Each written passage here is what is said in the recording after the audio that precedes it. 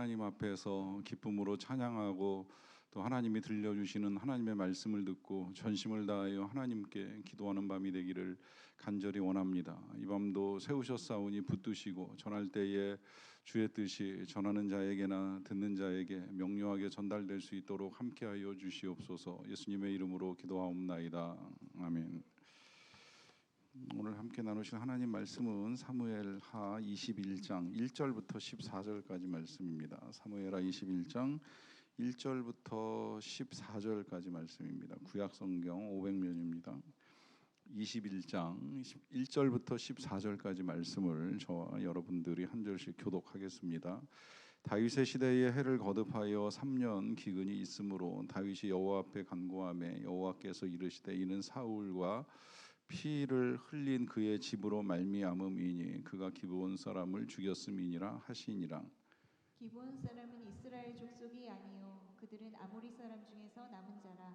이스라엘 족속들이 전에 그들에게 맹세하였거늘 사울이 이스라엘과 유다 족속을 위하여 열심히 있으므로 그들을 죽이고자 하였더라. 이에 왕이 기브온 사람을 불러 그들에게 물으니라. 다윗이 그들에게 묻되 내가 너희를 위하여 어떻게 하랴? 내가 어떻게 속죄하여야 너희가 여호와의 기업을 위하여 복을 빌겠느냐 하니 기브온 사람이 그에게 대답하되 사울과 그의 집과 우리 사이의 문제는 은금에 있지 아니하오며 이스라엘 가운데에서 사람을 죽이는 문제도 우리에게 있지 아니하니이다 하니라. 왕이 이르되 너희가 말하는 대로 시행하리라. 그들이 왕께 아뢰되 우리를 학살하였고 또 우리를 멸하여 이스라엘 영토 내에 머물지 못하게 하려고 모해한 사람의 자손 7사람을 우리에게 내주소서.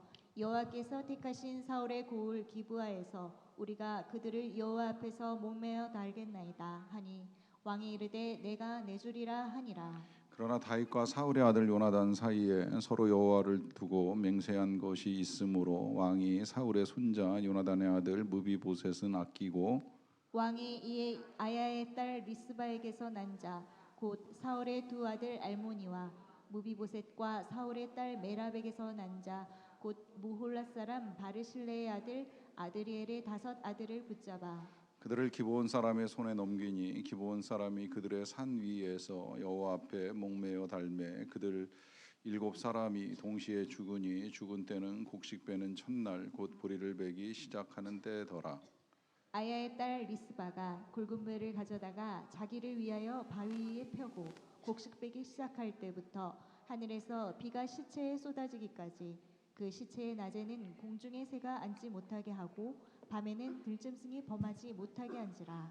이에 아야의 딸 사울의 첩 리스바가 행한 일이 다윗에게 알려지매 다윗이 가서 사울의 뼈와 그의 아들 요나단의 뼈를 길앗 야베스 사람에게서 가져가니 이는 전에 블레셋 사람들이 사울을 길보아에서 죽여 블레셋 사람들이 벳산 거리에 매단 것을 그들이 가만히 가져온 것이라. 다윗이 그곳에서 사울의 뼈와 그의 아들 요나단의 뼈를 가지고 올라오매 사람들이 그 달려 죽은 자들의 뼈를 거두어다가 사울과 그의 아들 요나단의 뼈와 함께 베냐민 땅 셀라에서 그의 아버지 기스의 묘에 장사하되 모두 왕의 명령에 따라 행하니라. 그 후에야 하나님이 그 땅을 위한 기도를 들으시니라. 아멘.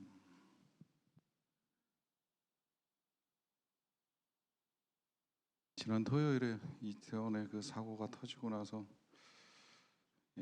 장신대 교수님 중에 목사님들 말하는 걸 조심하게 해달라고 기도하셨다는 분이 계시는데 목사들뿐만이 아니라 우리 모두가 다 말조심을 해야 되는데 제가 이 자리에서 실수를 할까봐 조심스럽지만 이 문제를 다루고 싶은 것 가운데 몇 가지가 있는데 일단 그 사고 현장에 기도하는 사람들도 적지 않았다는 걸 이제 제가 뒤늦게 알았고요. 워낙 그 지역 전체가 대한민국의 소돔이라고 할 만큼 음란하고 더럽고 죄악이 많다 보니까 그런 일이 있을 때마다 현지 이제 땅을 밟으면서 기도하는 분들이 계셨는데 그런 분들이 그래서 더 많이 애통해 하세요. 기도를 하셨음에도 불구하고 이제 우리의 기도가 부족했구나라고 하는 이제 탄식을 하는 간증도 보기도 했고요. 그런 곳에서 일어난 사고가 일어났을 때 우리가 해야 될 일은 이제 재판 서게 앉는 것이 절대 아닙니다. 그 자리에 앉아서 누가 잘했니 못했니 사람을 판단하고 정죄할 권한은 우리에게는 없습니다. 그 원인 또 문제 책임 누구에게 있느냐 이게 지금 우리가 해야 될 일이 아니라고 하는 것입니다. 우리가 할 일은 이제 이러한 일들 속에서 이후에 이제 그럼 우리가 어떻게 이 문제를 하나님 앞에서 풀어갈 것인가 하는 것이 굉장히 중요한 문제가 될 수 있는데요. 제가 이 말씀을 드리는 이유는 이제 지금 이 사건 사고가 이제 오늘 본문하고 이제 무관하지 않기 때문입니다. 저는 묘하게도 이제 그런 사고가 터지고 나서 이 한 주간 동안 이제 말씀도 준비하고 또 이 기사를 신문으로 이렇게 읽어오는 동안에 그 2011년 초에 일어났던 이제 이 도쿄 지진 사건에 대한 것과 연관시켜서 이제 이걸 푸는 칼럼과 기사도 보게 되었는데 다시 보니까 그때 그 이제 도쿄의 원전이 터지고 난 다음에 1,000명 이상의 사람이 죽었고요. 20만 명 이상의 사람들이 이제 집을 잃고 이 후쿠시마를 떠나서 이제 그 난민으로 지금까지 살아가고 있는데 도쿄 전력도 또 일본 정부도 누구 하나 이제 그 문제를 사과하거나 이제 책임지는 사람이 없다 하는 이제 기사도 있습니다.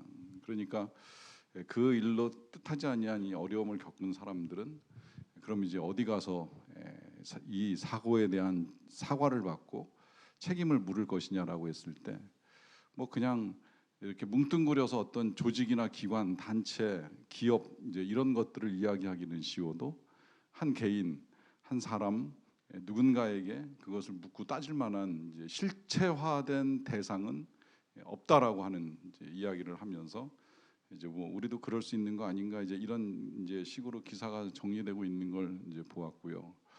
그러면 정말 그런 일로 말미암아 억울함을 당한 사람들, 뜻하지 않게 집을 잃고 가족을 잃고 길로 내몰리고 이 정말 이루 말할 수 없는 슬픔 가운데 빠져서 이제 누군가의 위로를 받을 수 없는 이런 사람들의 그 고통과 아픔은 어떻게 되는가라고 하는 이제 질문이 남게 되잖아요.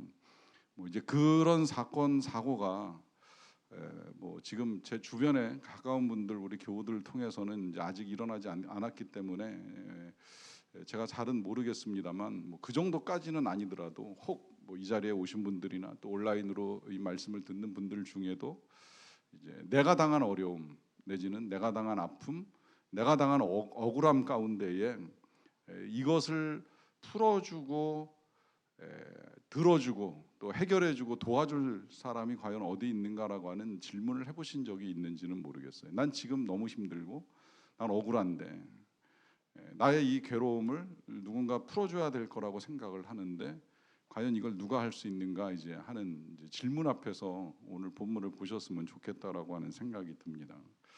오늘 본문은 이제 어느 정도 몇 개의 반란이 잦아들고 난 다음에 또 다시 다윗과 이스라엘 백성들 전체가 이제 겪는 어려움이라고 할 수가 있겠는데요. 시작은 1절에 이런 내용으로 시작이 됩니다. 다윗의 시대에 해를 거듭하여 3년 기근이 있으므로 다윗이 여호와 앞에 간구하매 여호와께서 이르시되 이는 사울과 피를 흘린 그의 집으로 말미암음이니 그가 기브온 사람을 죽였음이니라 하시니라. 해를 거듭하여 3년 연속해서 기근이 있는 거예요. 이게 이제 해를 거듭하고 3년 동안 그러니까 이 3년이 그냥 이렇게 띄엄띄엄 3년인 거하고 해를 거듭하는 거하고는 다르잖아요. 띄엄띄엄 기근이 3년으로 오면 뭐 중간에 풍년인 때에 이제 남은 양식 가지고 기근일 때 대충 채워서 먹을 수 있다고 생각을 하는데 이제 3년 정도 기근이 되면 국토 안에 이제 뭐 씨가 마르는 거죠. 남아 있는 양식이 이제 하나도 없는 거예요. 마를 대로 말라서 이런 정도 되면 뭐 가난한 자나 부자나 다 이제 함께 배고픔을 겪을 수밖에 없는 이제 그런 상황의 기근이 3년이 연속된 것입니다. 어떻게 보면 이제 다윗이 반란 못지않게 왕으로서는 이제 큰 책임을 통감해야 되는 이제 그런 이제 위기 앞에 또 다시 놓이게 된 거예요. 그런 상황에서 다윗이 여호와 앞에 간구하였다라고 하는 이제 요 표현도 우리가 다시 주목을 해야 될 것이 뭐냐면 왜 여호와 앞에 간구하는 게 이 시점인가 이제 하는 생각을 하는 거죠. 그러니까 그때까지 이 3년의 세월이 지나갈 때까지 다윗이 그렇게까지 절박하지는 않았다라고 하는 거예요. 왜? 왕이니까. 그래도 왕위는 다른 사람 다 굶어 죽어도 맨 마지막에 굶어 죽을 사람 아닙니까? 원래 이 기근 생기면 제일 힘든 사람 누구예요? 가난한 사람이에요. 뭐 똑같은 기근이라고 해도 다 어려운 건 아니에요. 지금 불경기만 해도 그렇잖아요. 뭐 나라 금리 오르고 환율 오르고 뭐 또 하나 모르죠. 물가 오르는 거죠. 이게 지금 다 올라가도 다 힘들어하지는 않아요. 힘든 사람들이 있어요. 그런데 어쨌든 뭐 조금이라도 가진 거 있고 뭐 버틸 만한 사람들은 뭐 잘만 버티면 뭐 이거 불황 또 다시 좋아지겠지 이제 뭐 이러면서 지금 이 불황 이 기근 앞에 이제 우리가 그렇게까지 탄식하면서 막 하나님 지금 이 불황이 도대체 왜 오는 거예요? 내지는 뭐 이거 다 알고 있잖아. 지금 러시아가 우크라이나와 전쟁을 하면서 뭐 이렇게 저렇게 지금 물가가 오르고 복잡해지는 거 아니야? 이제 이러면서 경제 사회적인 답을 찾아 나가기는 하지만 이걸 가지고 하나님 앞에 나가서 하나님 왜 그런 겁니까라고 하는 질문을 쉽게 하지는 못하고 있다라고 하는 것이죠. 제가 그래서 언젠가 새벽에 잠깐 그런 말씀을 짚어드리기는 했어요. 원래 전염병 다음에 기근이고 기근 다음에 전쟁이고 이제 거기서 많은 것들이 끝장이 난다는 거죠. 이 심판의 순서 내지는 심판이 그 세 가지로 다 오게 돼 있는데 우린 지금 이제 두 번째에 직면했고 세 번째도 있을 수 있는 가능성이 지금 계속 보이는 상황에 놓여 있잖아요. 그러니까 사실은 이제 진작 우리가 엎드려야 되고 기도해야 될 때라고 하는 것이 더 분명해지는 거고요. 그런데 미처 깨닫지 못하면 그 3년째쯤 되어서야 왜 이렇게 계속 기근이지? 왜 이렇게 힘들지? 이제 이런 질문을 한다는 거예요. 이 질문하는 이 다윗 왕을 우리가 봐야 된다고 말씀드리는 이유는 우리 처음부터 어려움을 겪을 때 물론 그런 질문을 쉽게는 한번 해요. 하나님 왜 그러세요? 하나님 왜 이렇게 힘든 건가요? 라고 하는 질문을 하지만 실은 그 질문을 내 입으로 내기까지 우리가 그렇게 열심히 매일 하나님 어떻게 할까요? 하나님 무엇 때문인가요? 라고 하는 대화를 하나님과 해본 적이 거의 없습니다. 모르겠어요. 여러분들은 그렇게 하고 사시는지는 잘 모르겠지만 저도 그런 지경에 이르기까지는 날마다 들리는 훈련을 하지 않다가 정말 내가 답답하고 내가 궁금할 때만 하나님 이거 왜 그러지요? 라고 질문하면서 그 답조차도 내가 원하는 것이 아니면 또 무시해버리고 내가 원하는 거면 그런 거예요? 아니면 뭐 조금 마음에 안 들면 또 좀 아는 척하면서 따지면서 그럼 이건 뭐 불합리하잖아요, 불공정하잖아요, 불공평하잖아요, 막 이러면서 또 하나님 앞에서 아는 척하고 폼잡기나 할 뿐 진짜 이것이 무엇 때문이냐고 겸손하게 무릎 꿇기는 그렇게 쉽지는 않다는 거예요. 그러니까 3년 다 되도록 엎드리지 않던 이 다윗이 이제 그제서야 이젠 정말 하나님 앞에 묻고 하나님이 주시는 해법을 찾아 나가지 않으면 안 되겠다라고 하는 마음을 가지고 하나님께 질문을 드린 겁니다. 그러니까 참 늦었지요. 그럼에도 불구하고 하나님은 묻는 자에게는 답을 하세요. 여러분 늘 말씀드리지만 음성 듣는 걸 어렵게 생각하지 마세요. 우리가 훈련을 하고 연습을 하면 가능한 거예요. 그게 하루아침에는 안 돼요. 우리 아이들도 지금 여기 많이 와 있는데 이 아이들이 부모하고 소통이 하루아침에 이루어집니까?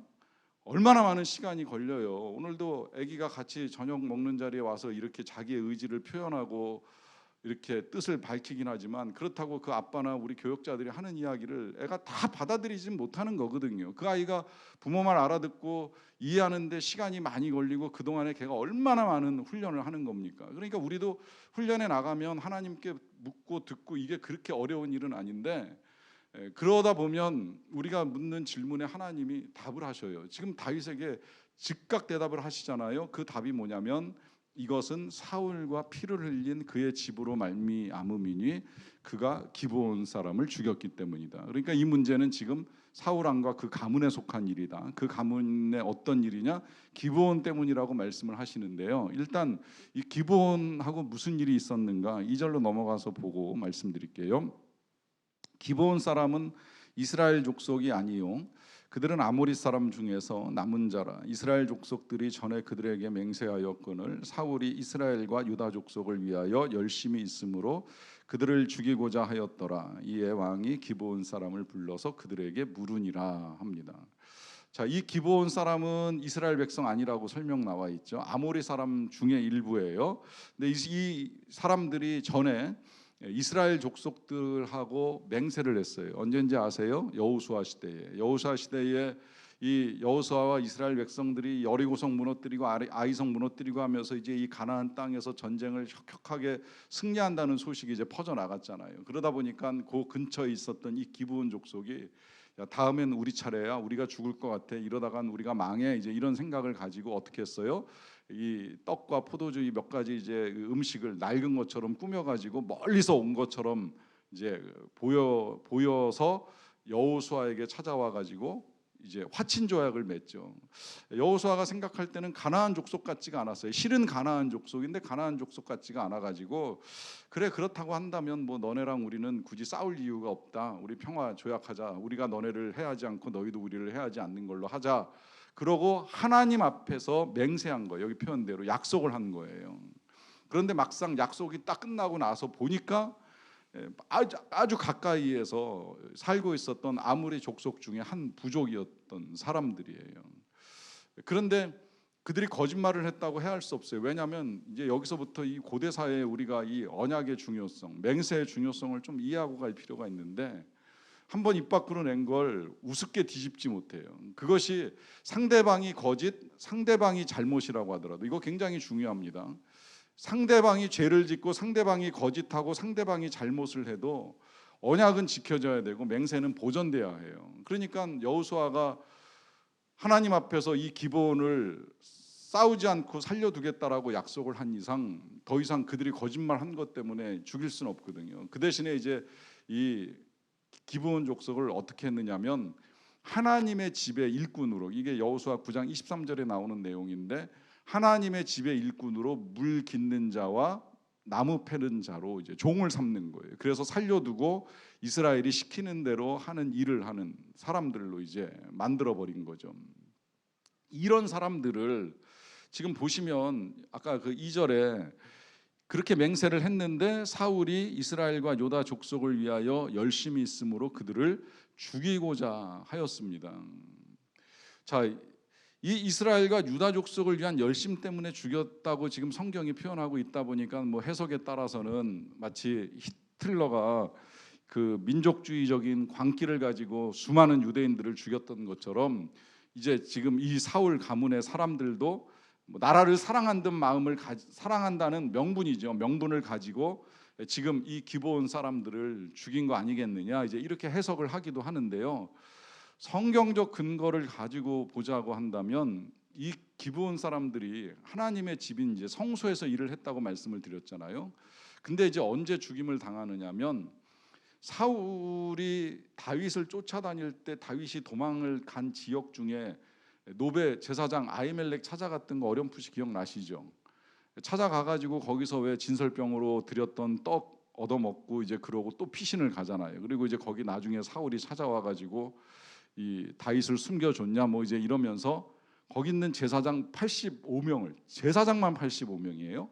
제사장만 85명을 죽이는데 그 성경 사무엘상 23장을 읽어 나가다 보면 제사장만 죽이는 게 아니라 거기에 남녀와 유아까지 다 죽입니다. 이때 죽임을 당한 사람들이 기브온 사람들이 아니겠는가? 그들이 하나님의 집에서 나무 패는 자와 물 깃는 자들로 섬기게 만들어 놨는데 와가지고 유대인 제사장만 죽이고 가지 않았겠지요.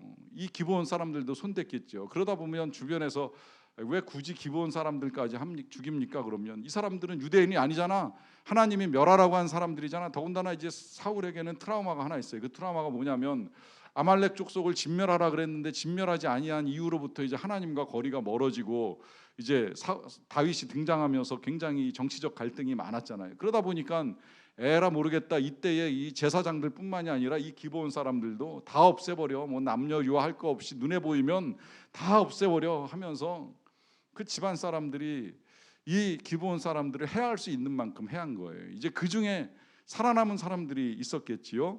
이제 그 사람들을 다윗이 불러가지고 질문을 하는 겁니다. 그게 이제 3절이에요.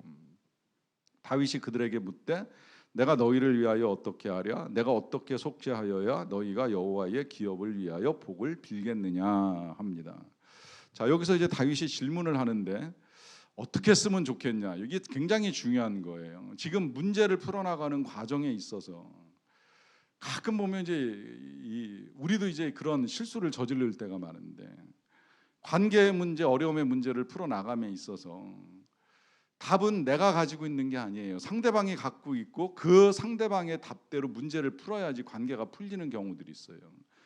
다윗이 이걸 명확하게 알고 있는 거예요. 내 방식이 아니라 상대방의 방식이에요. 왜 가끔 보면 뭐 부부가 싸우고 난 다음에도 화해를 하긴 해야 되겠는데 어찌하여야 될지 모르는 이 남편들이 화해를 시도한답시고 이제 그 뭐 예를 들어 진짜 뭐 물건을 사온다거나 뭐 집안에 뭐 이렇게 특별한 서비스를 한다거나 하는데 전혀 이 여자들이 원하지 않는 방식으로 뭐 진짜 꼭 이렇게 두꺼운 책을 사다 주면서 뭐 이게 교양에 도움이 될 거야라고 하면서 읽으라고 한다든지 하는 식으로, 아니면 뭐 선물을 하는데 터무니없이 비싼 거, 그 정말 그 비싼 거 꼭 필요하지도 않고 없어도 그만인 걸 꼭 빚내 가지고 사와 가지고 나 잘했지 이제 이러면 부인들은 화가 가라앉는 게 아니라 막 화가 더 난다는 이야기를 듣기도 하게 되는데, 이 문제를 풀어가는 과정에 있어서의 답은 상대방에게 있는 거예요. 이 점에 있어서는 다윗이 굉장히 잘하는 거예요. 내가 어떻게 해요? 여러분, 용서를 구하는 쪽에서 자기의 생각대로 자기 방식으로 문제를 풀려고 하면 안 된다는 이야기예요. 지금 다윗은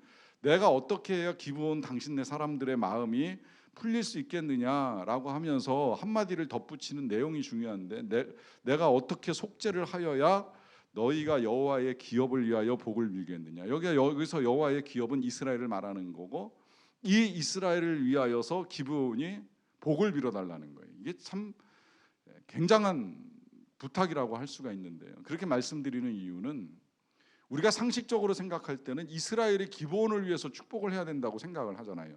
하나님의 백성들이 불신자를 위해서 축복해야 된다고 생각을 하잖아요. 그런데 다윗은 그렇게 말하고 있는 게 아니에요. 지금 기본 하나님을 믿지도 아니하는 이 불신자 이방인들에게 우리 이스라엘을 위해서 복을 빌어달라고 요청을 해요. 이것 또한 사실은 굉장히 중요한 고대 사회의 축복의 원리입니다. 그것은 높은 사람이 낮은 사람만을 축복하는 게 아니에요. 윗사람이 아랫사람을 축복하는 것도 아니고 신자가 불신자를 축복하는 것도 아니고 하나님의 백성이 이방인을 축복하는 것도 아니에요. 물론 그건 당연히 해야 될 일이겠지만 거꾸로 진행되는 거, 낮은 자가 높은 자를, 아랫사람이 윗사람을, 이방인이 이 하나님의 백성을 축복하는 것도 굉장히 중요한 문제라는 거예요. 그게 어디 나와요? 룻기에 보면 보아스가 이 추수하고 있는 그 밭에 나가가지고 종들한테 하나님의 은혜가 너희에게 있기를 원하노라 하니까 그 종들이 똑같이 주인한테 축복을 하잖아요. 하나님의 은혜가 주인께도 있기를 원합니다.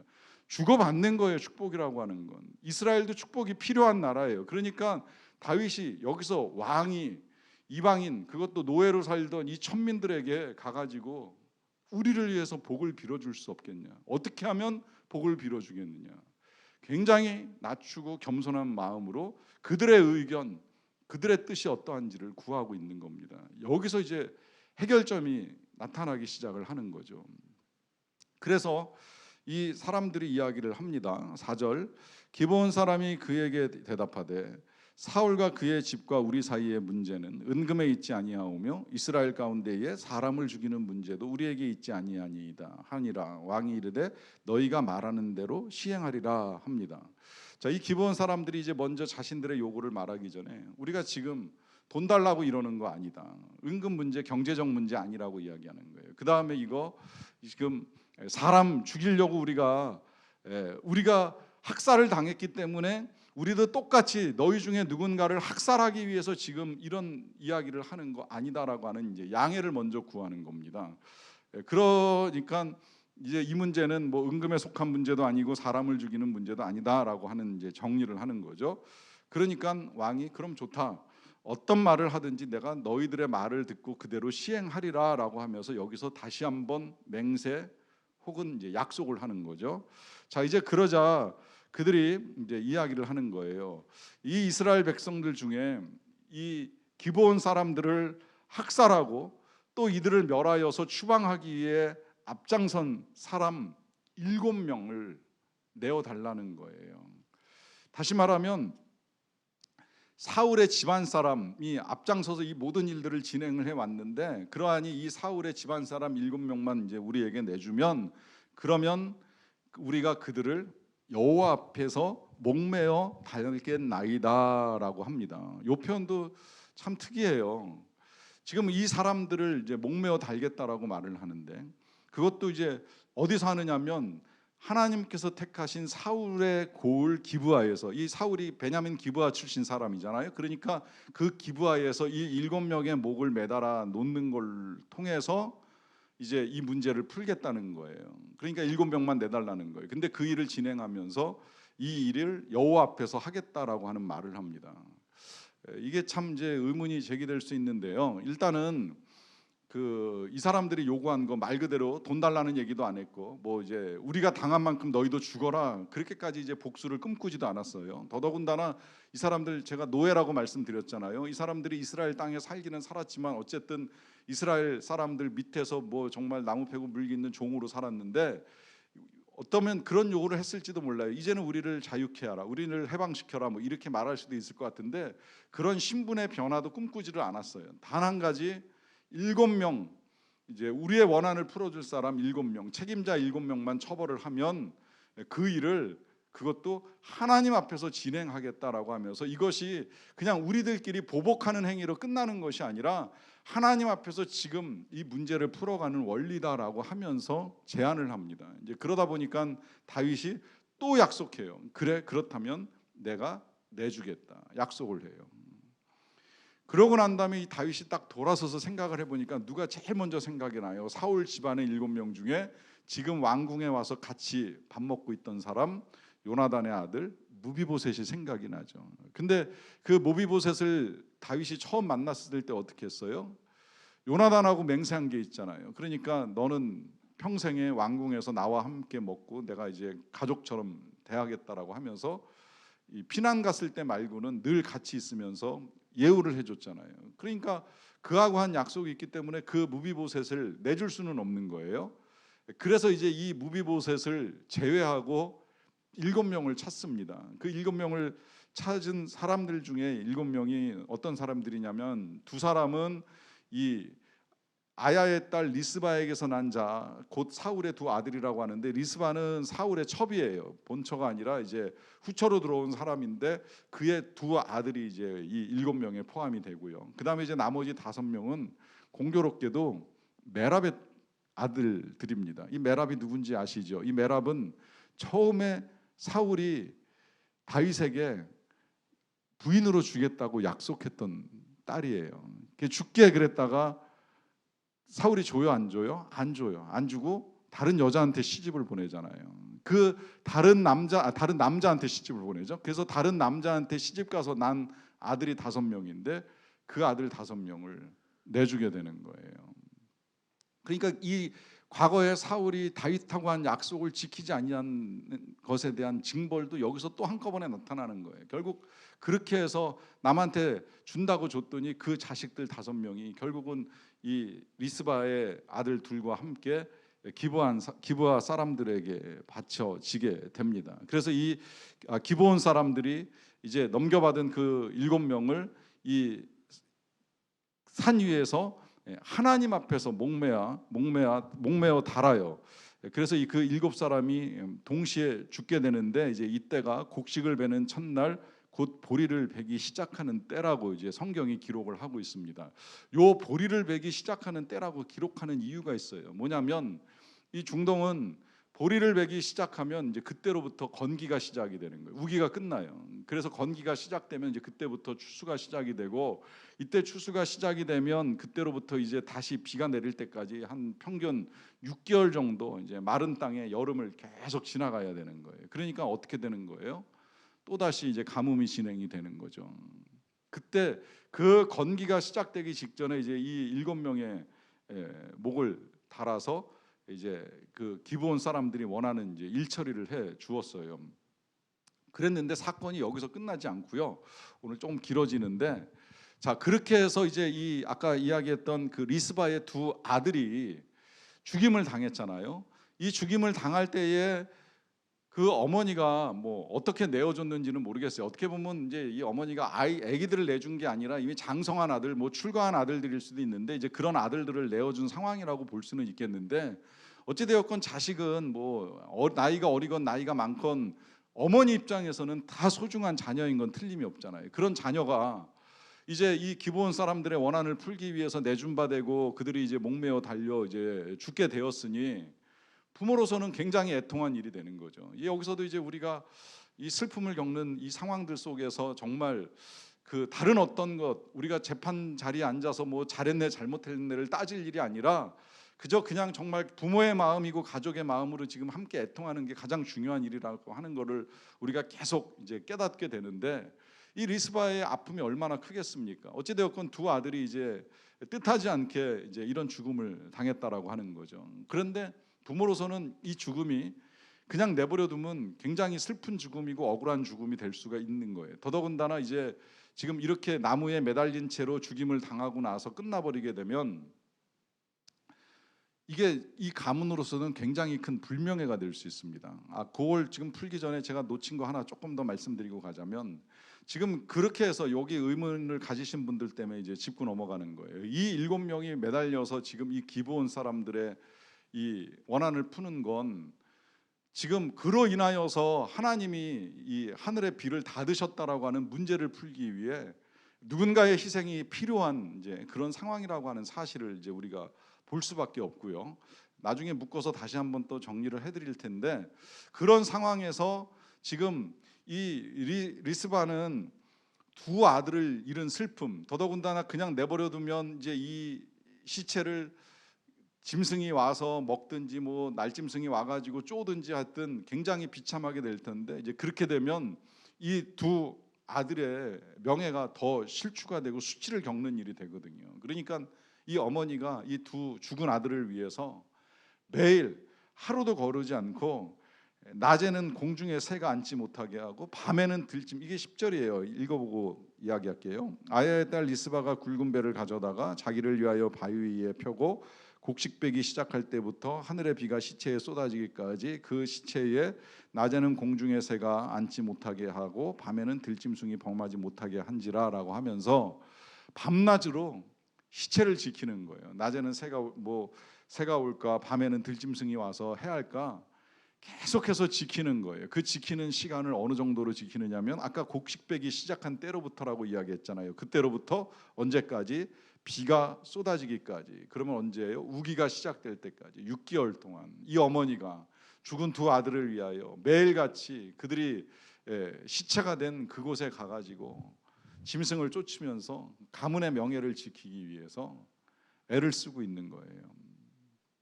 뭐 이런 부모의 마음은 이제 우리가 충분히 다 이해를 할 것이라고 생각을 하고요. 그러다 보니까 이 소식이 왕궁에 있는 다윗의 귀에 들려오는 거예요. 사울의 첩 리스바가 바쳐진 그 두 아들을 위해서 매일같이 6개월 동안 하루도 빠지지 않고 이런 일을 하고 있다더라 하는 이야기를 다윗이 들은 거죠. 그러니까 이제 다윗이 그때 답을 냅니다. 그렇다고 한다면 지금 저 베산의 길르앗 야베스에 있었던, 베산 성벽에서 이제 길르앗 야베스로 옮긴 거죠. 길르앗 야베스로 옮겼던 사울의 시체하고 그 다음에 요나단의 시체하고 그리고 이 7명의 시체를 다 모으자, 이제 이렇게 제안을 하는 거예요. 그 모아가지고 지금 어떻게 하느냐면 이제 그게 이제 마지막 14절이 되는 건데요. 사울과 그의 아들 요나단의 뼈와 함께 베냐민 땅 셀라에서 그의 아버지 기스의 묘에 장사하되 모두 왕의 명령에 따라 행하니라. 그 후에야 하나님이 그 땅을 위한 기도를 들으시니라라고 합니다. 자, 여기서 이제 이 다윗이 이 사건을 마무리하는데 어떻게 마무리를 하느냐면 지금 이대로 여기서 보신 그대로 다 사울 뼈, 요나단 뼈 그리고 나머지 사람들의 뼈를 가져다가 장사를 해요. 근데 이 장사하는 장소가 어디예요? 사울의 아버지 기스의 묘에 장사를 합니다. 이게 중요합니다. 왜 중요하냐면 이스라엘 백성들은 조상의 묘에 장사되는 걸 명예롭게 생각을 해요. 최근에 뭐 열왕기서나 역대하 읽어보신 분들은 다 아실 거예요. 역대 왕들, 이스라엘이나 남유다의 역대 왕들이 죽은 다음에 꼭 그 이야기가 덧붙여져 있잖아요. 조상의 묘실에 모셨더라, 뭐 장사되었더라. 아니면 조상의 묘실에 들어가지 못한 왕들이 있어요. 그 자체가 수치고 불명예인 거예요. 얼마나 통치를 못하고 악을 많이 저질렀으면 조상묘의 장례를 못 치르게 만드는 왕들이 있어요.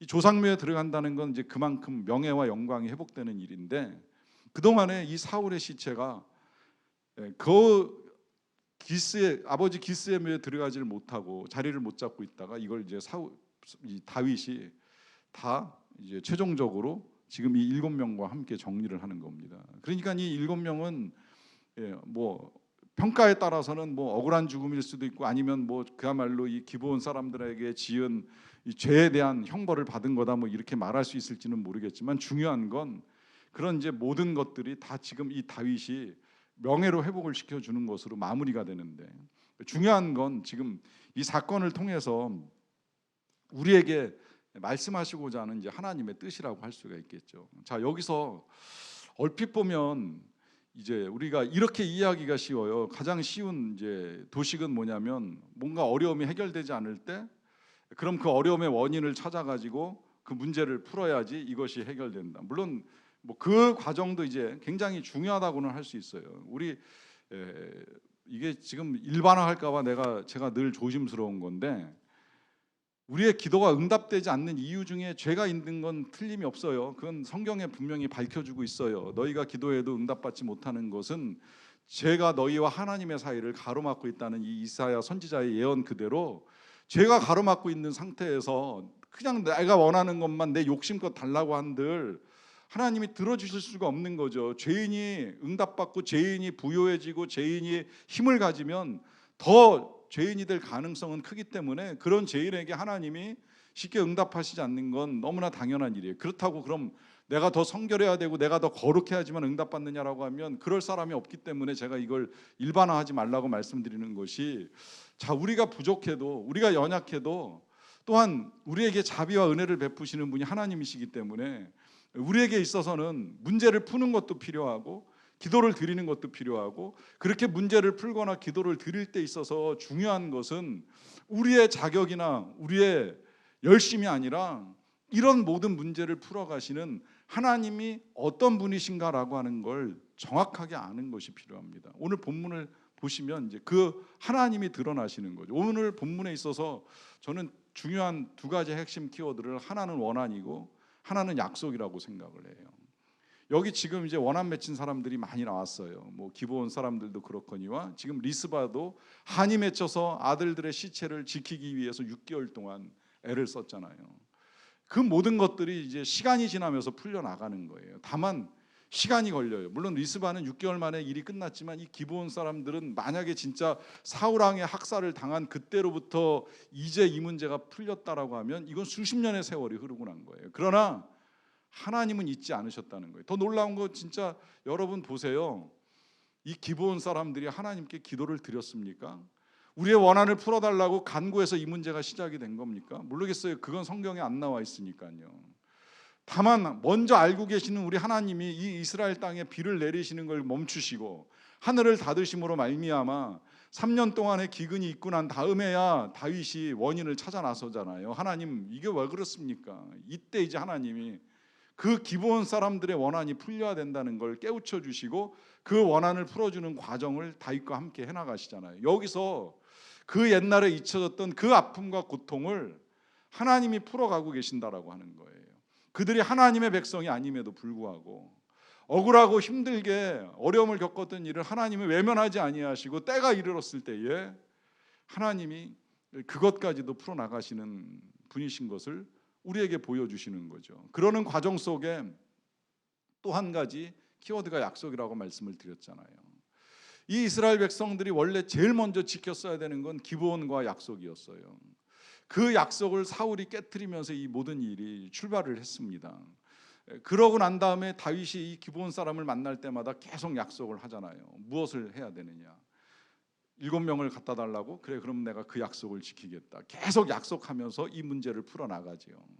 이 신실한 약속, 이 약속이 얼마나 중요한가라고 하는 사실을 오늘 우리에게 이 본문이 보여주면서 여러분, 우리의 신앙은 하나님과의 약속을 지켜나가는 것이고 더 중요한 건 하나님께서 우리를 향한 약속을 지키고 계신다는 사실이에요. 우리는 때로 그 약속을 잊어버리기도 하고 무시하기도 하고 깨트려버리기도 하는 일들이 수없이 일어나지만 그러나 하나님께서는 우리에게 자비를 베푸시겠다라고 하는 그 약속을 절대 깨트리지 아니하십니다. 그러하기에 우리는 그 신실하신 하나님을 믿고 의지할 수가 있습니다. 오늘도 그러한 하나님이 그 하나님께서 이 내 마음의 아픔과 어려움을 헤아리시고 나를 위하여 은혜를 베푸신다는 사실을 믿고 구하시는 아름다운 밤 되시기를 축원합니다. 기도하겠습니다. 하나님 감사합니다. 오늘 또 여러 가지 사건들을 통해서 이 시대 우리에게 말씀하시는 하나님의 뜻이 무엇인지를 우리가 알고 들을 수 있게 해주셔서 감사합니다. 연약한 자를 긍휼히 여기시는 하나님, 아픔 당한 자들을 위로하시는 하나님, 힘들고 억울한 사람들의 아픔을 보시는 하나님, 이 모두를 향한 하나님의 사랑을 믿습니다. 예수님의 이름으로 기도하옵나이다. 아멘.